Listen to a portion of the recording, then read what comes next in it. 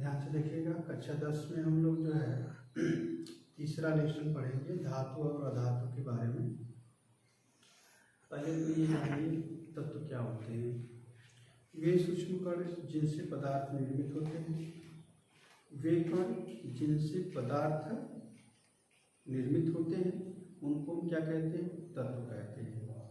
यानी वे पदार्थ जिनसे वे सूक्ष्म कण जिनसे पदार्थ निर्मित होते हैं उनको हम क्या कहते हैं? तत्व कहते हैं। तत्व जो है, इन तत्वों को जो है अध्ययन की दृष्टि से 3 भागों में बांटा जाता है। ये आपका तत्व है। तत्वों को जो है हम 3 भागों में बांटते हैं। एक होता है धातु,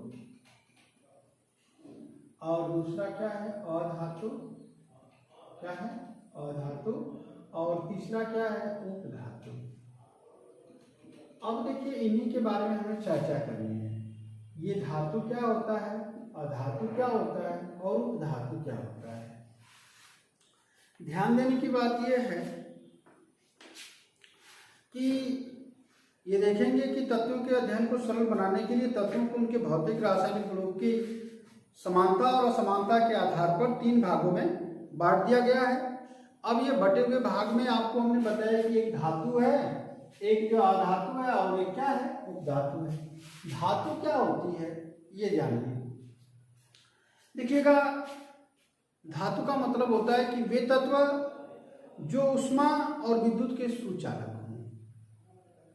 यानी वे पदार्थ जो विद्युत और ऊष्मा के क्या हों? सुचालक होते हैं, उनको हम क्या कहते हैं? धातु कहते हैं। दूसरी बात कि वे तत्व जिनमें तन्यता का गुण पाया जाता है, जिनको हम खींच करके तार बना सकते हैं, उनको भी धातु कह सकते हैं। वे तत्व जिनमें विशिष्ट प्रकार की चमक होती है, उनको भी धातु हम कहते हैं। वे तत्व जिनको पीटने पर विशेष प्रकार की ध्वनि उत्पन्न होती है, उस ध्वनि को हम क्या कहते हैं? धात्विक ध्वनि कहते हैं। और जो चमकीला दिखता है उसको भी हम धातु कहते हैं, उसको धात्विक चमक भी कहते हैं।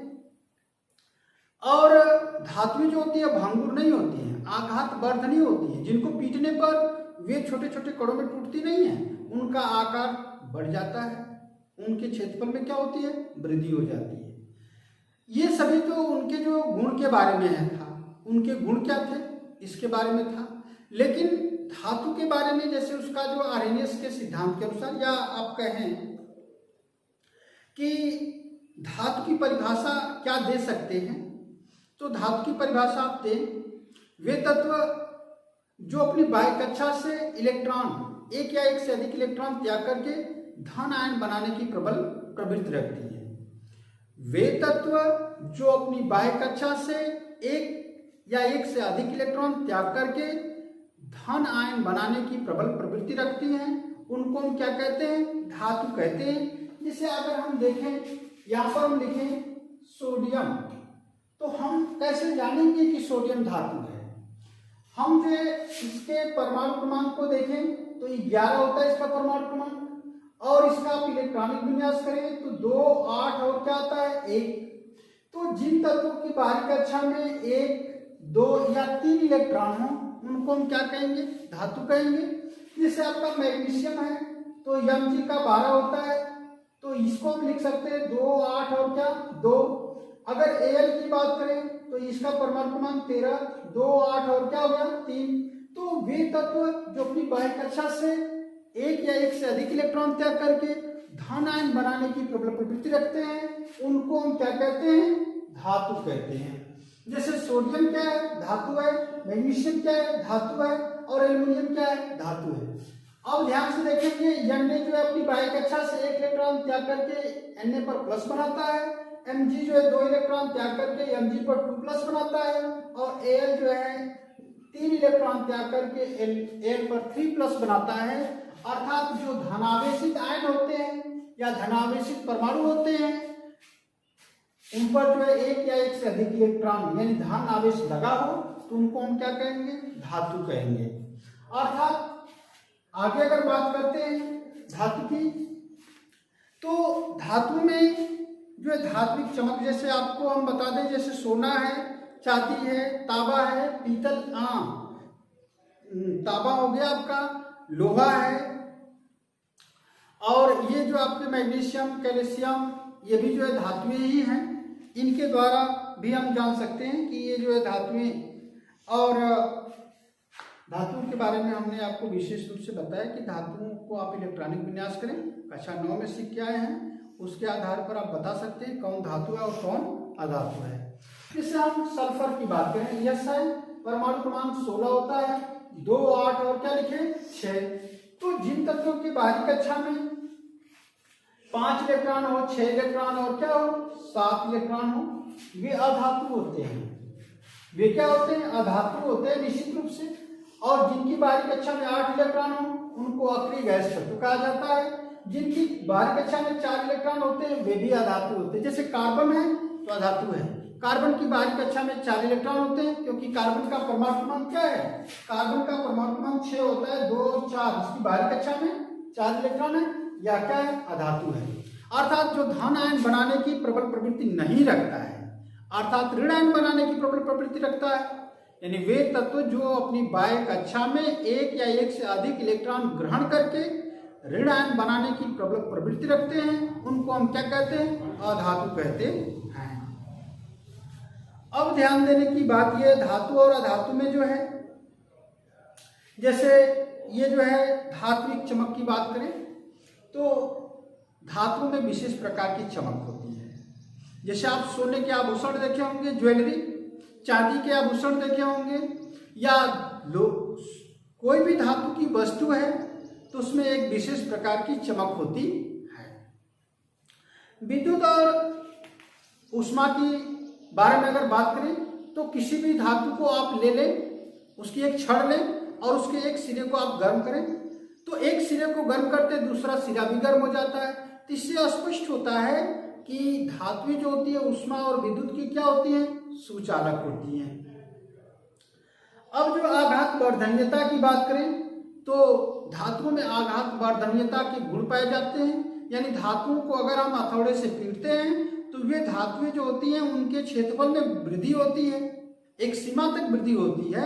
अब सीमा से अधिक कर देंगे, ज्यादा मात्रा में अगर उसको जो है आघात पहुंचाएंगे तो निश्चित ही टूटेगा, लेकिन पहले तो वह क्षेत्रफल में क्या करता है? वृद्धि करता है। अर्थात हम कह सकते हैं कि धातुएं आघात वर्धनीय होती हैं।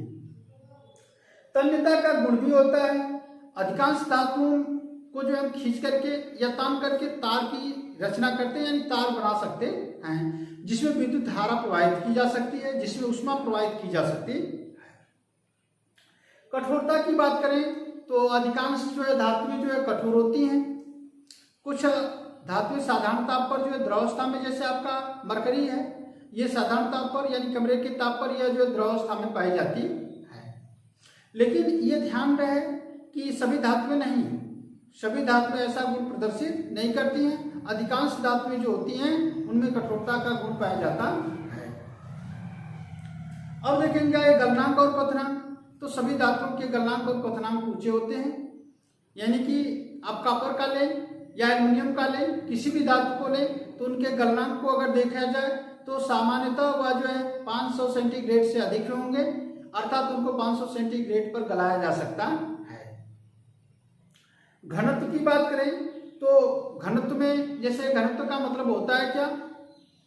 द्रव्यमान बटे आयतन। आप घनत्व बराबर पढ़े हैं द्रव्यमान बटे आयतन। तो सभी धातुओं के जो घनत्व होते हैं सर्वाधिक होते हैं, लेकिन हीरे का जो घनत्व होता है सभी धातुओं की अपेक्षा अधिक होता है। तो ये अपवाद है। ये क्या है? अपवाद है। अधातु तो है, हीरा जो आपका है अधातु है, ग्रेफाइट भी अधातु है, लेकिन ये दोनों अपवाद है, घनत्व की दृष्टि से और एक विद्युत और ऊष्मा की चालकता की दृष्टि से। क्योंकि ग्रेफाइट में जो है वैद्युत धारा और ऊष्मा दोनों प्रवाहित की जा सकती है, लेकिन ग्रेफाइट जो है कार्बन से बना है, इसलिए उसको हम अधातु की श्रेणी में रखते हैं, और यह जो है विद्युत और ऊष्मा की दृष्टि से क्या है? अपवादित है। वहीं पर हीरे की बात करें तो हीरा जो होता है वह सबसे अधिक घनत्व रखने वाला पदार्थ है, लेकिन यह धातु नहीं है, यह क्या है? अधातु है। अगर हम बात करें भंगुरता की तो सभी धातुएं भंगुर नहीं होती है। कुछ धातु ऐसी होती है जो भंगुर होती है, जैसे जिंक है, जड़ीय धातु होती है, उसको आप लेंगे और उस पर आघात पहुंचाएंगे तो वे जो छोटे छोटे टुकड़ों में विभक्त हो जाती है। लेकिन लोहे को आप अगर जो है पीटते हैं तो ऐसा नहीं हो सकता है। अर्थात हम कह सकते हैं कि अधिकांश धातुएं जो होती हैं आघात वर्धनी होती हैं और कुछ धातुएं जो होती हैं वह भंगुर भी हो सकती हैं। ध्वनि की बात करते हैं तो ध्वनि में अगर देखा जाए तो सभी धातुओं में विशेष प्रकार की ध्वनि होती है। उनके अगर जैसे आपके स्कूल में जो है घंटा बजता है तो वह घंटा किसका बना हुआ है, वह जो है किसी धातु का बना हुआ है। उस पर हम पीटते हैं तो एक विशेष प्रकार की ध्वनि उत्पन्न होती है। अब विलेयता की बात करें तो सामान्यतः धातुएं जो है द्रव विलायकों में अभिलेय होती हैं। जैसे आप किसी धातु को ले लें और जल में डाल दें तो जल में डालने से वह विलीन नहीं हो जाएगी। आप किसी भी धातु को ले लीजिए, लोहे को ले लीजिए, सोने चांदी इत्यादि किसी को ले लीजिए, तो उसको अगर जल विलायक में या द्रव विलायक में यदि आप डाल देते हैं तो वह विलीन नहीं होगी। जैसे आपका अम्लराज एक्वारेजिया जिसको आप कहते हैं, एक्वारेजिया में यदि हम जो है किसी भी धातु यानी मान लीजिए कि सोने को डाल दें, चांदी को डाल दें तो उसमें जो उसको जो हम क्या कर सकते हैं, विलीन कर सकते हैं।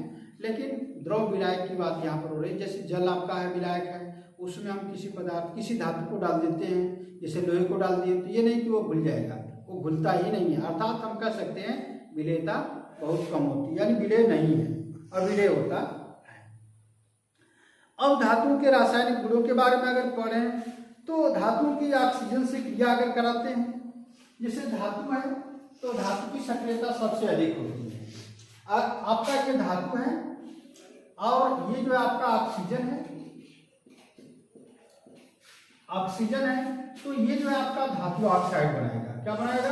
धातु ऑक्साइड। क्या बनाएगा भाई? धातु ऑक्साइड। यानी धातु ऑक्सीजन से क्रिया करके धातु ऑक्साइडों का निर्माण करती हैं। जैसे अगर हम बात करें CaO2 = क्या बनाएगा? CaO यानी कैल्शियम ऑक्साइड बनाएगा। Na है और O2 से क्रिया कराएंगे तो Na और ये 2O बनाएगा, यानी सोडियम ऑक्साइड बना लेगा। इस तरह से धातुएं जो होती हैं ऑक्साइड बनाती हैं। अब ध्यान से देखेंगे, अब आपको देखना है धातुओं की जल से क्रिया अगर कराते हैं तो जो क्रियाशील धातुएं होती हैं, ध्यान से देखेंगे। अगर ये आपका यम धातु है और ये आपका क्या है? जल है, तो ये बनाएगा आपका MOH बनाएगा, यानी धातु हाइड्रोक्साइड बनाता है और हाइड्रोजन गैस निकलती है प्लस ऊष्मा उत्पन्न होगी। ये ध्यान से देखेंगे। अगर यम जो है आपकी सक्रिय धातु यानी क्षार धातु है तो ऐसा क्रिया होता है। अगर ये क्षारीय मृदा धातु है तो ये जो आपका H2 बनेगा, ये आपका MOH का ट्वाइस हो जाएगा और प्लस H2 हो जाएगा और प्लस ऊष्मा निकलेगी। ये क्षार धातु है और ये जो है क्षारीय मृदा धातु है। ध्यान से देखेंगे। क्षार धातु क्या है? एक मेंडलीफ आवर्त सारणी है। मेंडलीफ आवर्त सारणी में पहला जो ऊर्ध्वाधर कॉलम है उसको हम क्षार धातु कहते हैं और दूसरा ऊर्ध्वाधर जो कॉलम है, इधर से देखेंगे, बाईं तरफ से पहला जो ऊर्ध्वाधर कॉलम होगा उसको हम क्या कहेंगे? क्षार धातु, और जो दूसरा ऊर्ध्वाधर कॉलम है उसको क्षारीय मृदा धातु कहते हैं। क्षार धातु में आपका आता है लिथियम है, सोडियम है, पोटेशियम है, रुबिडियम है, सीजियम और क्या है? फ्रेंशियम है। और क्षारीय मृदा धातु में आता है आपका बेरिलियम है, मैग्नीशियम है, कैल्शियम है, स्ट्रांशियम है। इस तरह से ये जो क्षारीय मृदा धातु है और ये क्या है? क्षार धातु है। तो क्षार धातुएं यानी सक्रिय धातुएं जल से क्रिया करती हैं तो धातु हाइड्रोक्साइड और हाइड्रोजन गैस और प्लस ऊष्मा निर्मुक्त करती है। अब देखेंगे धातु की हाइड्रोजन के साथ धातुएं जो होती है हाइड्रोजन से अभिक्रिया करके धातु हाइड्राइड बनाती हैं। जैसे आपका ये धातु है और प्लस क्या है? H2 है, तो ये जो है जैसे मान लीजिए कि आपका Na है, सोडियम मान लीजिए धातु है तो ये आपका NaH बनाएगा, 2NaH बनाएगा, यानी धातु हाइड्राइड बनाते हैं। धातु में हाइड्रोजन से क्रिया करके धातु हाइड्राइडों का निर्माण करती हैं। अब जो है अम्लों से क्रिया की बात अगर करें तो धातुएं जो होती है अम्ल से क्रिया करके हाइड्रोजन गैस मुक्त करती हैं। धातुएं जो होंगी वह जो है अम्लों से क्रिया करती हैं तो हाइड्रोजन गैस निर्मुक्त करती हैं। और ये भी ध्यान रहे कि धातुओं, ये जो आपकी धातु है और ये जो ऑक्सीजन आपका है तो ये धातु ऑक्साइड बना है, धातु ऑक्साइड। तो ध्यान से देखिएगा, धातु और ऑक्सीजन मिलकर धातु ऑक्साइड बनाते हैं। तो ये धातु ऑक्साइड आपका कैसा होगा?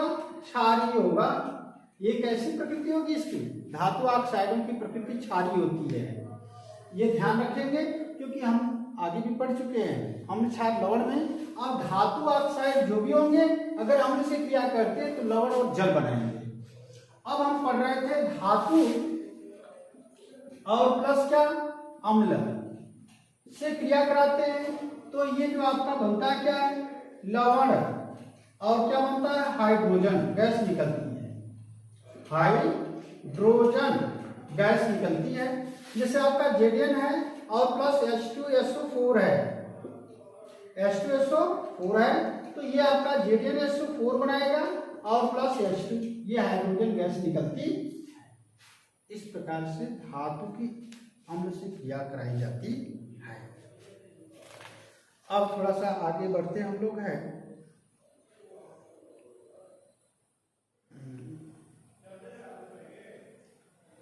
अम्लराज के बारे में हम एक्वारेजिया बता रहे थे। एक्वारेजिया क्या होता है भाई? HCl,